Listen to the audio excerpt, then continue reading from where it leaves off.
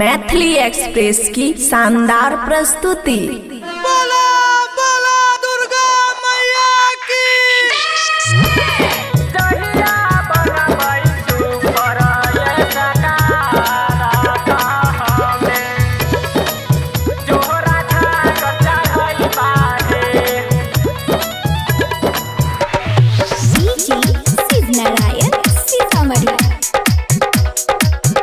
खुशी recording studio बलुआहा।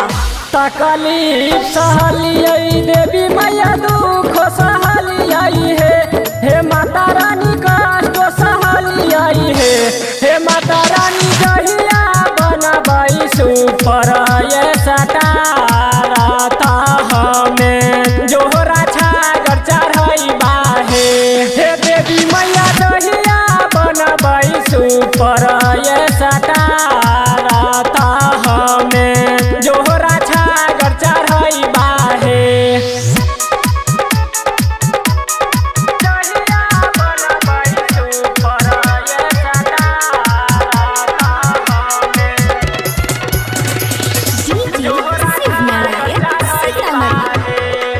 दुर्गा मैया की।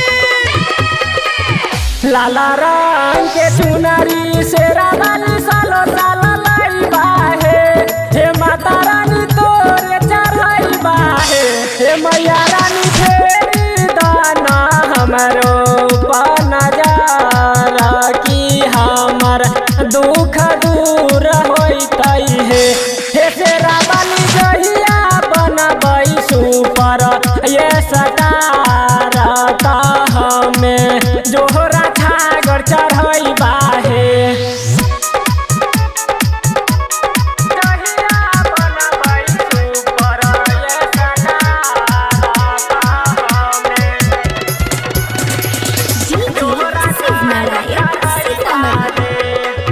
दुर्गा मैया की।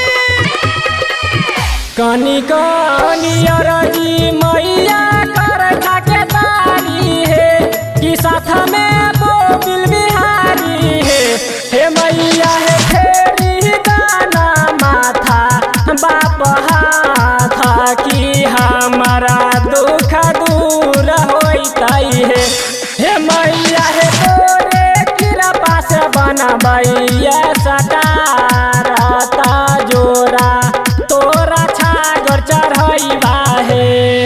खुशी रिकॉर्डिंग स्टूडियो बलुआहा।